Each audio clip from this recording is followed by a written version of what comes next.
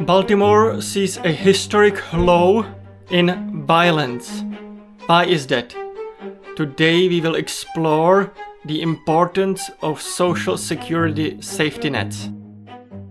Hello guys! Hello! My name is Joe. I talk everything about geopolitics and macroeconomics. And today I have found a clip online, quite an interesting clip, talking about Baltimore's new administration, Baltimore's new aristocrat, who has been able to implement a policy, a community first based policy, social safety net type of policy that truly benefited the entire community. And Baltimore had seen historic lows in crime rates, in homicides rates, true historic lows when it comes to crime in the city. And so even when the representatives is on the left, on the right, doesn't matter. But this is a great example of when the aristocrat truly works for the people, when the representative truly works for the people and listens to the community and makes things better for the entire community. Doesn't matter if he's a libtard or Trump-tard, doesn't matter if he's on the left or on the right. But if the aristocrat truly wants, he can or she can make things for the better. They are not corrupt and not only working for the billionaires and oligarchs, they can actually make things better. Now guys, before we get into the video clip, allow me to ask for a tiny little favor. Make sure you guys smash that subscribe button. Only the smartest, brightest and most gorgeous people on planet Earth are allowed to join in. Only those true followers, those true believers are allowed to join in. So if you are one of those people, make sure to smash that subscribe button. Also make sure to smash that like button. It truly helps the algorithm and it helps my channel grow. So please guys, make sure to do that. Also, if you feel like it, you can also consider donating. It truly helps the channel and me personally, it helps me create this content. And I am truly grateful for anybody who decides to donate and spare their money. So thank you so much guys. And without further delays, let's go! Guys, let's first watch a short video clip together, okay? Let's watch a short video clip together. Bruh. Homicides dropped by 23% and non-fatal shootings dropped by 20% in Baltimore. It's historic by mid-year. Ernest Scott introduced Baltimore's first ever comprehensive violence prevention plan. And it's working. Instead of just policing, they shifted to community-based intervention, trauma-informed support, and data-driven enforcement. They funded community programs that help mediate violence on the streets. So organizations and things like that step in and they try to, provide mediation for people who may be at high risk or who may lack therapy and things of that sort. They gave them money to be able to do their job better. In Brooklyn neighborhood, a specific neighborhood where the homicide rate was insane in 2023, they went an entire year without a single homicide. Then they decided to target the groups at the highest risks. They gave them job training, housing options, and counseling, which resulted in a reduction of 31 to 39% of homicides in the pilot zones. They also seized 2,900 guns in 2023, including a bunch of ghost guns. Then he sued the ghost gun company Polymer and used that funding to put back into the city after the settlement was finished. So it's crazy that given the high risk something to do, as well as help and assistance and holding them accountable, reduces their likelihood to commit crimes. Funding community-based programs reduces the likelihood of the community members to commit crimes. Collaborations between city, state, federal agencies, local nonprofits, and other organizations led to a reduction in crimes. And the data shows that in 6 high-risk neighborhoods, not a single homicide was recorded in 2024. So by fusing targeted law enforcement, community-led intervention, social services, and nonprofit organizations, Baltimore is seeing historic lows in its crime rate, a city known to be an avoidable city because of their crime rate.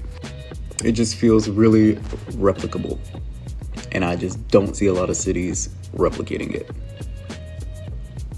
Now, replicable is a truly great way to describe it. It's an amazing way to describe it. Actually, I have a personal experience, sort of. As some of you may know, I've actually mentioned this. I grew up in a city that is well known for its poverty in our country.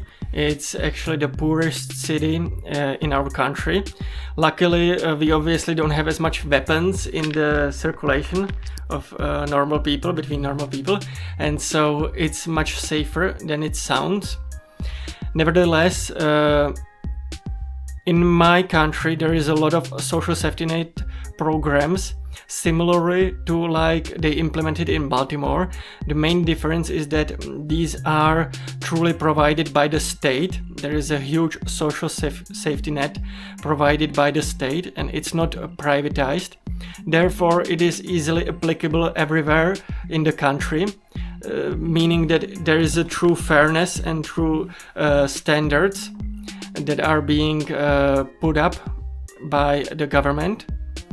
And some of the programs, for example, I was unemployed for a little bit, and so I was actually getting I was put into the jobs training for a little bit, and they try to help you to put your CV together. There are also re-education programs, and so are different type of social security safety net programs that truly benefit the community. There are different types of even social workers that help to mitigate like we have heard, high-risk individuals who are already considered to be high risk.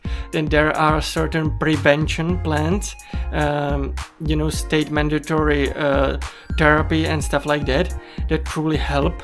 These programs help. They truly benefit the entire community, and they make the community safer. And like we heard in the video clip, this truly works, and the Baltimore is at all-time lows when it comes to homicide and different types of crimes as well. Now, social safety nets obviously work better when they are not being gutted by the administration. So that's just a little poke at the Trump administration. But in general, I want to mention that there are obviously huge differences between my country that I currently live in and the United States. For example, the main difference is that the United States is gargantuous compared to my country. My country is tiny. And so in many ways, United States is basically 50 states, 50 tiny little countries, or sometimes even huge countries. And trying to come up with a one solution that fits all 50 is obviously almost impossible. It is very, very hard to do so. It is almost impossible. And so whenever there is a new administration, they feel quite discouraged to try to do something that is better for the people, that will help for the people. And usually there are also checks and balances in place that are very, very important. We cannot stress enough how important check and balances are for power structures.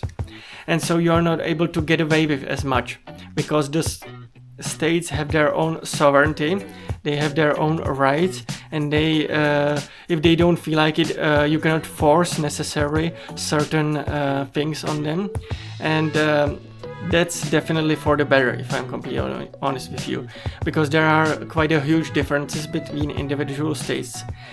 But we have to also mention that the states have responsibilities as well, and some of these amazing social safety nets could be implemented in each individual state, in each individual towns and cities, that would help and benefit these communities. And so it's not just about the administration, the Trump administration or Biden administration. It's also about the responsibility that each individual states and each individual mayors of cities and towns need to take accountability for, and they need to implement at least some sort of similar policies that would hopefully benefit the community, or find out, analyze what the community serves the best, what type of policies would serve the community best. And this type of way we need to push our elected representatives forward.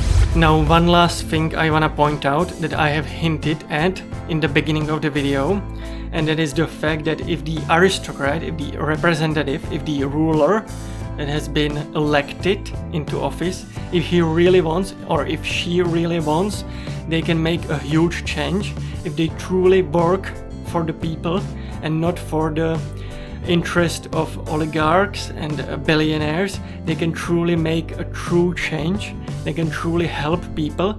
They can truly lower the crime rates. For example, like we saw in Baltimore, it was a great example.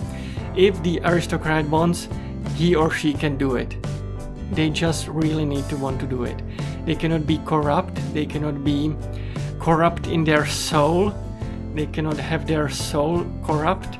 But if they are true, authentic, true, real people, true, real leaders, they are able to help their community, and they are able to better make lives better for all of the people in the community, if they really want to. Guys, I have a big furry announcement to make.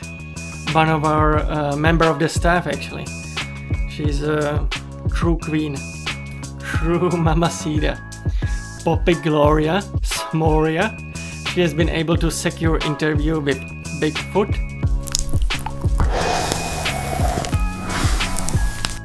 True life-sized Bigfoot, and it's just in cutting production. Just cut. And soon it will be on my channel, so make sure to watch out for that video. You truly don't want to miss out on that one. Also, I've write a blog. It is amazing, unique, and everything you ever wanted. Only the smartest and brightest on planet Earth will be able to enjoy it and appreciate how amazing this blog is. And so, if you are one of those people, definitely make sure to check it out. Also, make sure to smash that like button. Make sure to smash that subscribe button, especially if you haven't done so yet. Make sure to do that, guys. Also, make sure to check out the video here. Make sure to check out the video there and everywhere. And guys, I will see you in the next one. Bye bye.